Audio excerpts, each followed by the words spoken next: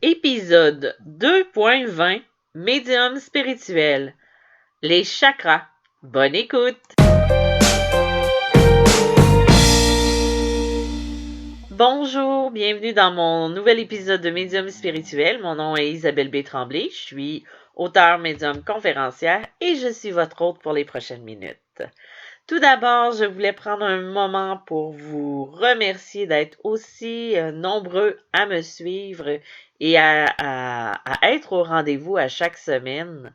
C'est quand j'ai parti mon podcast, j'avoue que je n'avais pas tant d'attentes que ça.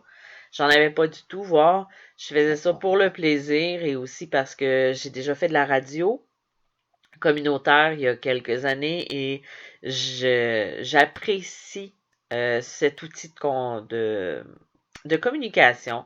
Peut-être qu'à un moment donné, je vais faire plus de vidéos, mais pour l'instant, c'est quelque chose avec lequel je suis à l'aise, tout comme l'écriture. Donc, aujourd'hui, c'est un sujet qui m'a été inspiré par un courriel d'une auditrice, justement, du podcast, qui voulait en savoir un petit peu plus en lien avec les chakras. Tout d'abord, le mot chakra, ça signifie une roue d'énergie. Les chakras, c'est issu d'un système de croyance qui vient de l'hindouisme.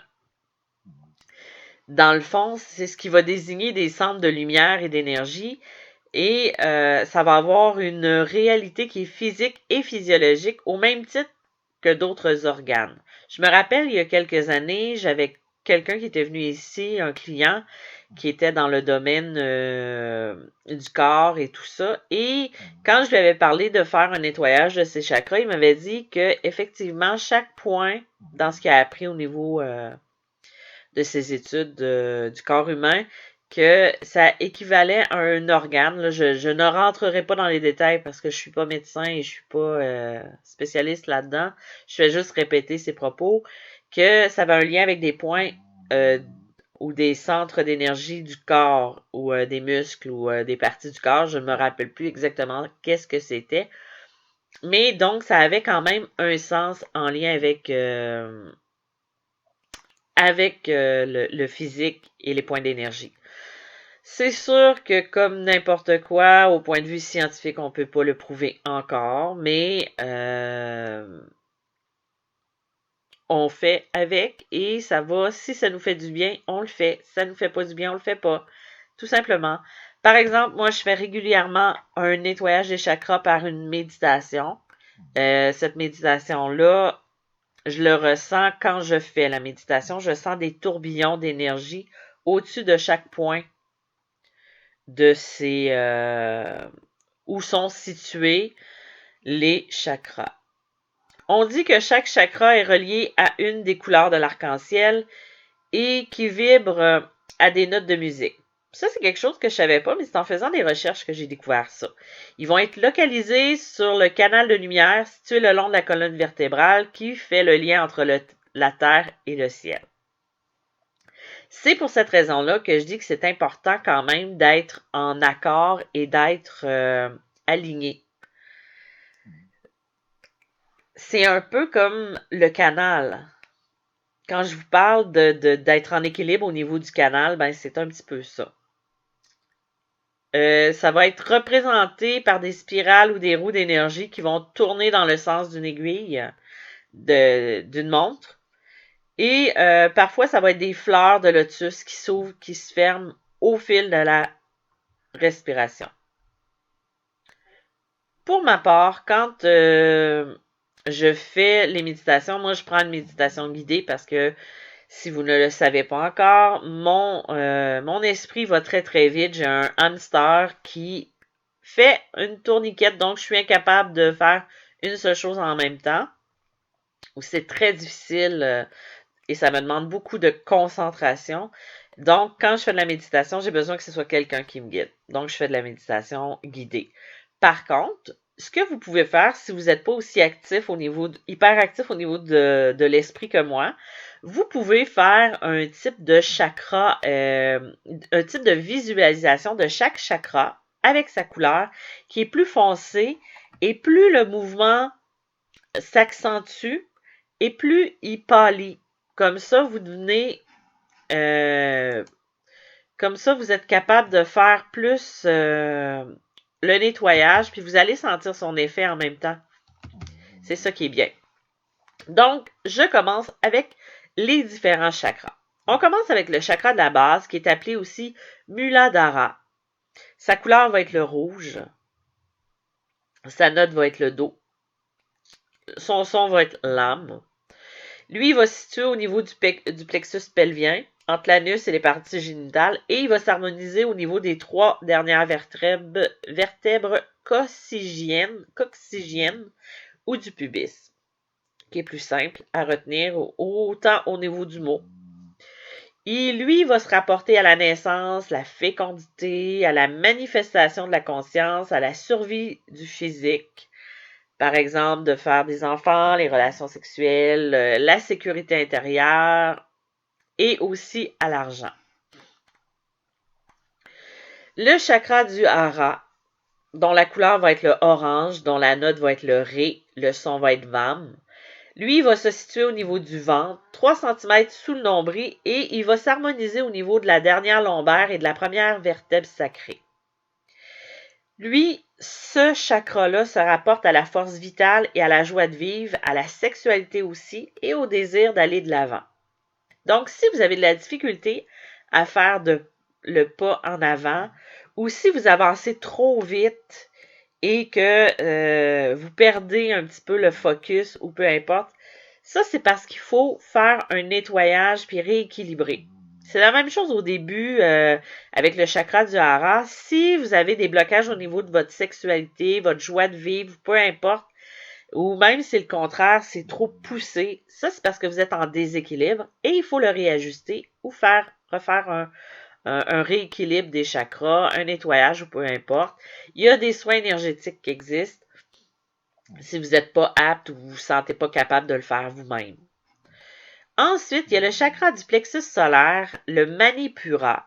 J'ai oublié de dire que le chakra du hara, ça s'appelait le, pardonnez-moi mon accent, Swadhisthana.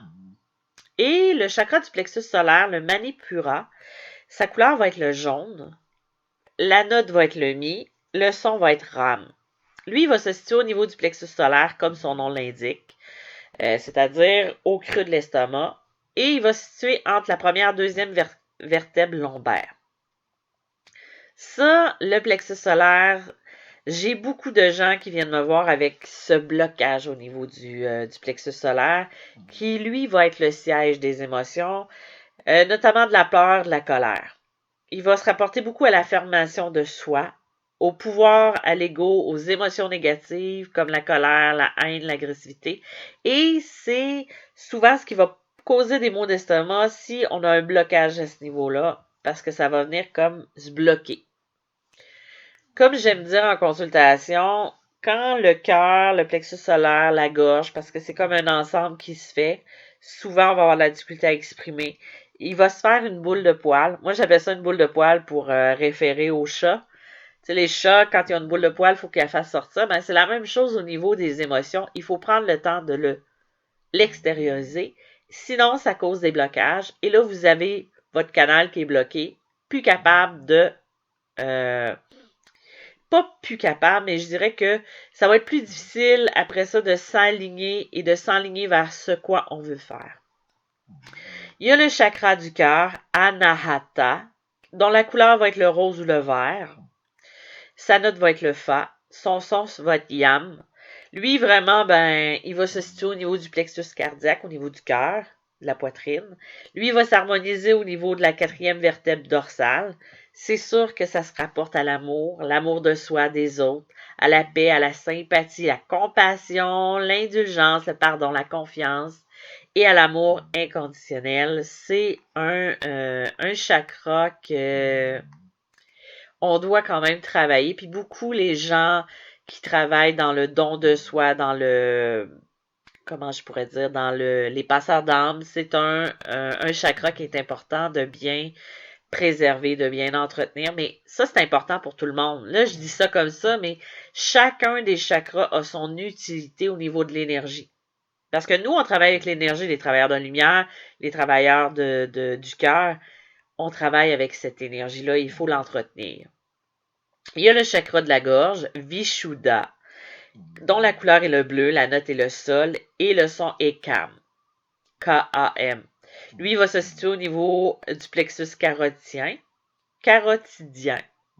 la gorge, et il va correspondre à la 7e vertèbre cervicale. Et que j'ai un beau français, hein, j'arrête pas d'inverser les mots. Lui, vraiment, il va se rapporter au niveau de la communication, la créativité, la capacité de guider les autres, l'individualisation, mais aussi la voix qui peut guider ou détruire l'expression et le jugement. Ce chakra-là, moi, il a longtemps été bloqué, si je remonte à plus jeune, et j'ai commencé à travailler, à exprimer ce qui allait pas. Parce que si on a un blocage au niveau du chakra de la gorge, ça se peut que ça bloque. Mais aussi, ce qui peut arriver fortement, c'est que on exprime, on accumule, et à un moment donné, tout sort en même temps. Là, ça devient une problématique. Donc, moi, pour développer ce chakra-là, parce que j'en ai besoin dans ce que je fais, j'ai commencé avec l'écriture. Et là, maintenant, ce que je travaille beaucoup, c'est au niveau du chant. Pour chanter, pour exprimer, dans les cours de chant que je fais avec une chanteuse professionnelle, pour pouvoir aller débloquer ça encore plus. Mais c'est sûr que si je n'avais pas entretenu ou si je n'avais pas travaillé sur ce chakra-là, vous ne seriez pas en ce moment en train de m'écouter. Parce que je serais encore dans mes craintes, dans mon ego, la peur de m'exprimer, peu importe. Le chakra du 3e œil, il y en a beaucoup qui le bloquent. C'est celui qui nous permet d'avoir accès à l'écran mental. On l'appelle le Ajna. Sa couleur, c'est le violet. Sa note, c'est le La. Son son, c'est Om.